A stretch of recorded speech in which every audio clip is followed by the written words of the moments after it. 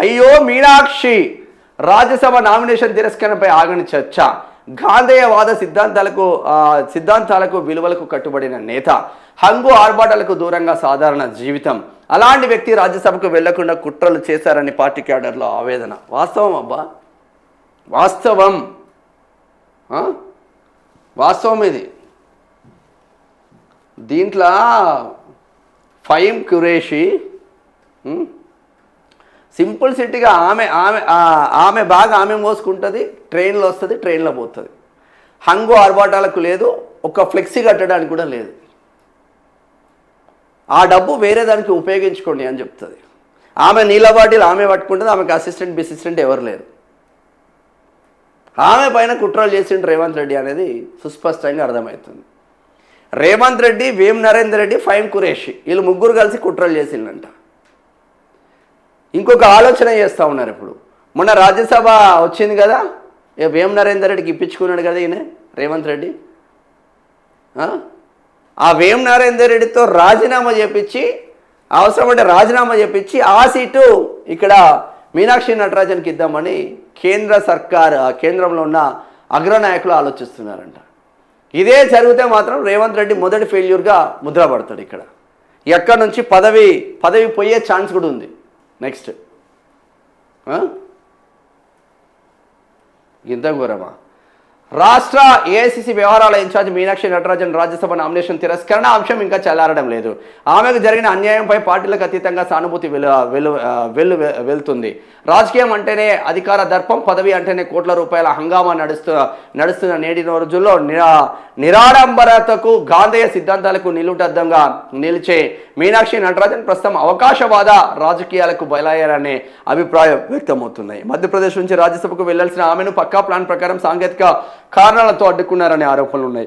ఒకవైపు బిలినియర్లు, కార్పొరేట్ దిగ్గజాలు తమ ధన బలంతో పెద్దల సభలోకి సునాయాసంగా అడుగు పెడుతుంటే, నిగార్స్ అనే గాంధేయవాది మీనాక్షికి అడ్డంకులు సృష్టించడం రాజకీయాల్లో ప్రజాస్వామిక నైతిక విలువల పతనానికి పరాకాష్ఠగా విశ్లేషకులు అభివర్ణిస్తున్నారు.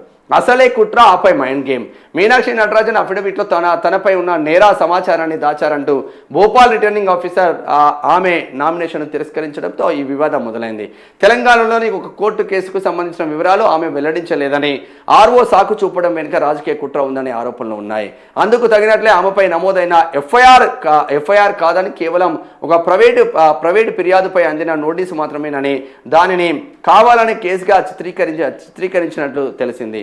అనంతరం పిటిషన్ సైతం విచారణకు స్వీకరించలేదని స్థానిక కోర్టు చెప్పడంతో మీనాక్షిపై కేసు ఎగిరిపోయినా అప్పటికే జరగాల్సిన నష్టం జరిగిపోయింది.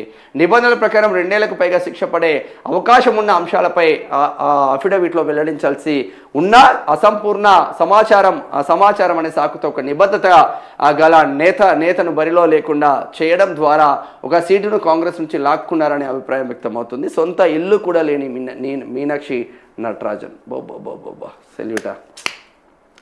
సుదీర్ఘకాలం రాజకీయాల్లో ఉండి కీలక పదవుల్లో పనిచేసిన మీనాక్షి నటరాజన్కు నేటికి సొంత ఇల్లు కానీ, సెంటు భూమి కానీ లేకపోవడం ఆమె నిబద్ధతకు నిదర్శనమని చాలామంది కొనియాడుతున్నారు. ఇప్పటికీ ఢిల్లీలో పబ్లిక్ ట్రాన్స్పోర్ట్ ఉపయోగిస్తూ మాజీ ఎంపీగా వచ్చే పెన్షన్తో సాధారణ జీవితం గడుపుతున్న ఆమెను ప్రస్తుతం రాజకీయాలు భరించలేకపోతున్నాయనే అభిప్రాయాలు వ్యక్తమవుతున్నాయి. గతంలో పార్టీ ఇచ్చిన ఫండ్తో మిగిలిన పైసాను తిరిగి వెనక్కి ఇచ్చి తన నిజాయితీని చాటుకున్న నేతకు చట్ట సభల తలుపులు మూసేయడం ప్రజాస్వామ్యానికి అవమానకరమనే విశ్లేషకులు అభిప్రాయపడుతున్నారు. మొత్తం మీద అవకాశవాద రాజకీయాల ముందు విలువల రాజకీయం ఓడిపోతుందనే చర్చ సర్వత్రా జరుగుతుంది. పెద్దల సభలో నేరగాళ్ళు, బిలీనియర్లకి పెద్దపీట. ప్రస్తుతం రాజ్యసభ ఎన్నికల సరళి ప్రజాస్వామ్యం కంటే ధనస్వామ్యానికి పెద్దపీట వేస్తుందని ఆందోళన వ్యక్తమవుతుంది. అసోసియేషన్ ఫర్ డెమోక్రటిక్ రిఫార్మ్స్ లెక్కల ప్రకారం రాజ్యసభ ఎంపీలో 73 నుంచి 75 మంది 33% పైన క్రిమినల్ కేసులు ఉన్నాయి. వీరిలో సుమారు 36 నుంచి 40 మంది 18% పైన హత్య, ఆత్మహత్య, మహిళలపై దాడులు మొదలైన తీవ్రమైన నేరాలు ఉన్నాయి. ఇక ఆర్థిక నేపథ్యం విషయానికి వస్తే రాజ్యసభలో 14% అంటే 31 మంది ఎంపీలు 100 కోట్లకు పైగా ఆస్తులు ఉన్న బిలియనీర్లే. ఫార్మా, ఇన్ఫ్రా తదితర రంగాలకు చెందిన వీరంతా కేవలం డబ్బును ఎరవేసి రాజ్యసభకు రాగలిగారని ఏడీఆర్ స్పష్టం చేసింది. ఇలాంటి నేరగాలు బినీనియలకు రెడ్ కార్పెట్ పరిస్తున్న ప్రస్తుత రాజకీయ వ్యవస్థ నిరాడంబరంగా బతికే మీనాక్షి వంటి వారు రాజ్యసభలో అడుగుపెట్టకుండా అడ్డుకోవడంపై పార్టీ క్యాడర్ తీవ్ర ఆవేదన వ్యక్తం చేసింది. ఇప్పుడు ఏమైపోయిందంటే పోరగాళ్ళకు కూడా రాజ్యసభ ఇస్తున్నారు. పోరగాళ్ళకు కూడా పైసలు ఇస్తే చాలు. రాజ్యసభ అనేది ఎవరికి ఇవ్వాలి, ఎమ్మెల్సీ అనేది ఎవరికి ఇవ్వాలి? రాష్ట్రంలో సుదీర్ఘ అనుభవం ఒక విద్యా వ్యవస్థలో కావచ్చు, రైతాంగ సమస్యలపైన కావచ్చు, విద్యా సమస్యలపైన కావచ్చు, కార్మికుల సమస్యలపైన కావచ్చు, సొసైటీకి తను నిస్వార్థంగా సేవ చేస్తున్న వాళ్ళకి ఎమ్మెల్సీగా ఇవ్వాలి, రాజ్యసభకు పంపించాలి. మనం ఏం చేస్తున్నాం? దొంగలకు, లంగలకు, లఫంగలకు మంగళం పాడుతున్నాం. ఇక్కడైనా మనం మారకపోతే మనమే సర్వనాశనం అవుతాం. అన్ని పార్టీలు, కాంగ్రెస్ అట్లనే ఉంది, బీజేపీ అట్లనే ఉంది, అన్ని అట్లనే అయిపోయింది దిక్కుమల పార్టీలు. ఘోరం. గింత మంచామని రాజ్యసభకు పంపకుండా మీకు చేతులు ఎట్లా వచ్చినాయిరా నాయన?